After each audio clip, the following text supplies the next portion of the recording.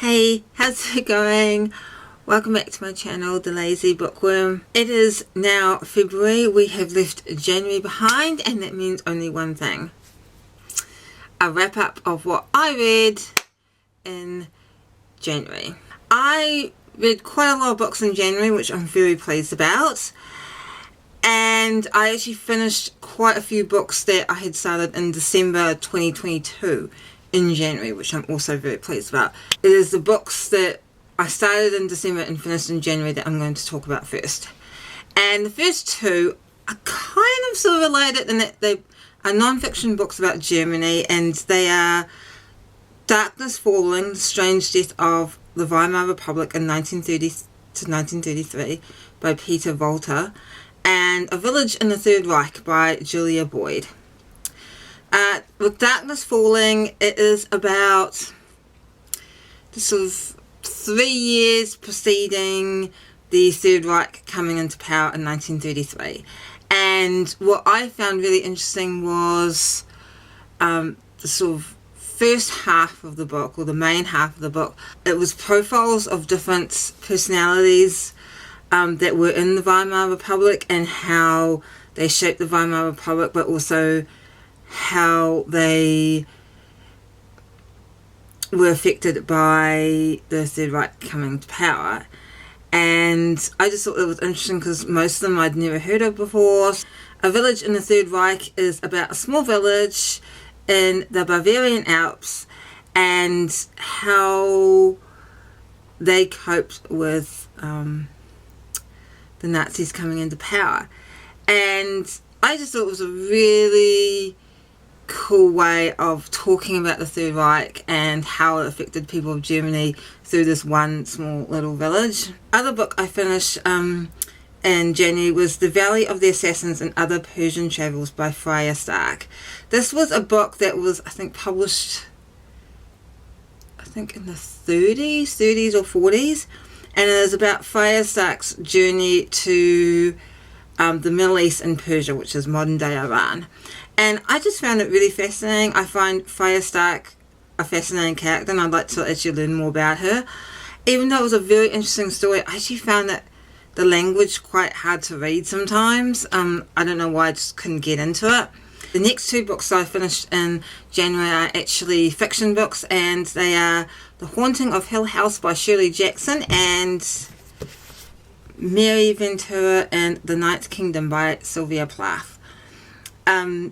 I'll talk about this one first. This is a very small book. It's basically, I don't know if it's even would be considered a novella. I'm not sure. And it is about this woman, Mary Ventura, who she leaves home, I think, for the first time. The reason why that, I don't know if you can tell, but these are sort of like train tracks. That is a big thing that happens in the story, which I'm not going to reveal. I'd read The Bell Jar before, so I kind of knew a little bit about like how Sylvia Plath's prose writing works. And The Haunting of Hill House is the story is about 3 people who accompany a doctor to investigate this paranormal house, Hill House. 2 of them have various psychic ability, and the third one, I think, attends because he is connected to the house. And so under supervision by this doctor, they are hoping to encounter some paranormal activity and just to investigate Hill House.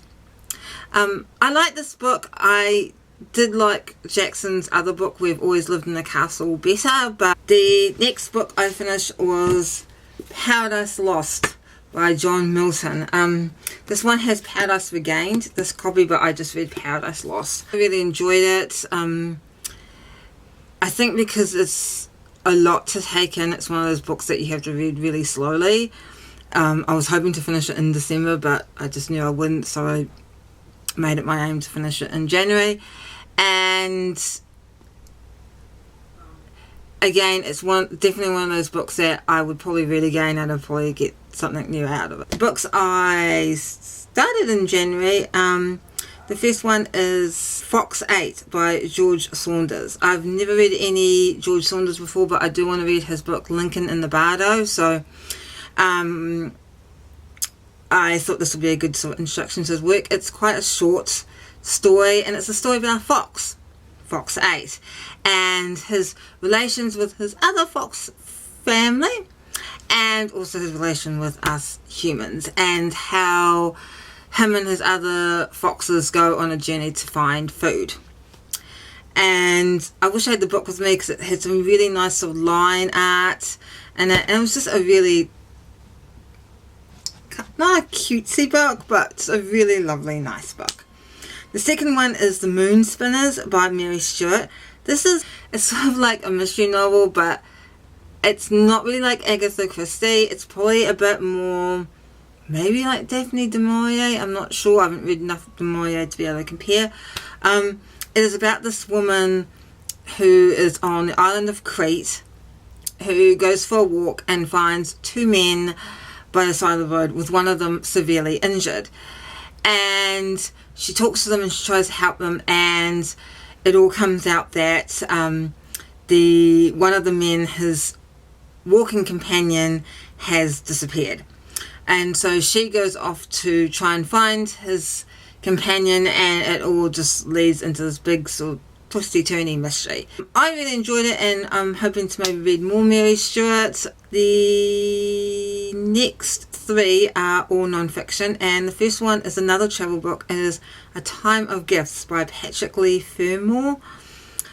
This is about Fermor's journey in the 1930s across Europe, from Holland to Hungary. And I think this is the first book in a trilogy, but I'm not quite sure about that. But I actually really enjoyed this. I actually enjoyed this more than Freya Stark's book, to be honest. I don't know, I just really enjoyed Fermor's writing style. I felt it was quite almost conversational, like he was kind of having a dialogue with me, like he was actually talking to me about his journey. The next one is A Novelist as a Vocation by Haruki Murakami. It is all about being a writer, but in case you want to read it, it is not a how-to of writing. He does give some tips, especially about like a routine, and he talks a lot about how physical exercise or physical health in life is just as important to a writer's life than his or her mental health. But it's not like a style guide or anything like that for writers. I really enjoyed it. I got quite a lot of insight into Murakami's career as a writer. I don't actually know that much about him. I've only read a few books. And also about the writing scene in Japan, because he talks a lot about his beginnings as a writer in Japan. And he also talks a lot about literary prizes. Apparently one particular literary prize, which I cannot remember, is quite big in Japan, and he talks a lot about that. And the next non-fiction is God, A Human History by Reza Aslan. This is more a kind of study in how humans kind of developed the idea of God, how, you know, back in the day, during sort of like when we were more like agrarian societies, God was very much tied to the land and things like that, and how then we sort of developed into having, for the most part anyway, a more monotheistic God. So the God of Judaism, Christianity and Islam. I really enjoyed it. Reza Aslan is a great writer. These next three books are fiction books, and they are These Violent Delights by Chloe Gong, Circe by Madeline Miller, and Dracula by Bram Stoker. I listened to Dracula via audiobook, and I just found it really, really fun. I can see why some people would criticize Dracula, especially in its sort of depictions of women and women's sexuality. Even though I actually like vampire movies, I'd never actually read the original Dracula. Circe, I was really surprised by this, and I really like this book. I actually gave it 4 stars on Goodreads. I had read The Song of Achilles last year, and I had big hopes for it, and I mean, I wasn't disappointed, but it was okay. I think I gave it 3 stars or 3.5 stars. But I didn't really know much about Circe, and I think in all of that was a good thing because I didn't go into it with any expectations, and it's one of, I think, one of the very few books where I kind of almost felt like crying at points. I mean, it is about, you know, the sort of sorceress Cersei and her life with her family, and then how she is exiled because of her sorcery abilities, and how she meets Odysseus and has Odysseus's son in the book. These Violent Delights by Chloe Gong. I had heard, I think one of my commentators mentioned it was a YA book, and it was a retelling of Romeo and Juliet set in 1930s at Shanghai. I really liked the 1930s Shanghai elements. I liked how it gave a bit of the context of what was happening in Shanghai at the time. It was okay. It was an enjoyable read. I think this is also part of a trilogy. I know the sequel is These Violent Ends. And the last 3 books are 2 fiction and 1 non-fiction. The non-fiction is Death by Shakespeare, Snake Bites, Stabbings and Broken Hearts by Catherine Harkup. I really enjoyed this book. It is a sort of rundown of various deaths during Shakespeare. And what I really liked was she put them in the sort of, I'll say, the historical context of Shakespeare's time. The last 2 books are fiction, and they are Hamlet by Maggie O'Farrell and Shirley by Charlotte Bronte. Hamlet is all about Shakespeare's son Hamlet, who died of the plague when he was a young boy, and who they say was, his name was the inspiration for Shakespeare's play Hamlet. A little bit with Song of Achilles. I'd heard a lot about this book and I wanted to read it, and I enjoyed parts of it, but I don't know why, I just couldn't really get into the story. And the last book I read in January is Shirley by Charlotte Bronte. This is my second Charlotte Bronte book. I had never heard of Shirley until I saw, I think, a review on it by Lucy the Reader on her YouTube channel. And it is about these 2 women, Shirley Kielder and Caroline Halston. And for the first half of the book, it's actually more about Caroline. So much so that there was a point in the book where I was like, oh, when is the Shirley character going to come in?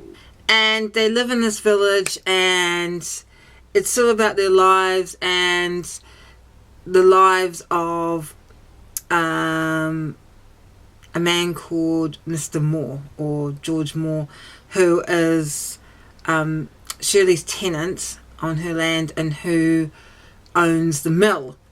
And there's been a few sort of, let's say, kind of industrial disputes around the mill. And yeah, it's just about their lives and about their friendship. And yeah, I think I liked Jane Eyre a bit better, but I actually really like this book. Those are all the books I read in January. I am so glad I got to finish off the books I started in December. And yeah, I had a pretty good reading month, and I'm looking forward to February now. I hope you enjoyed this video. As I said, please give it a like, subscribe, and I will see you next video.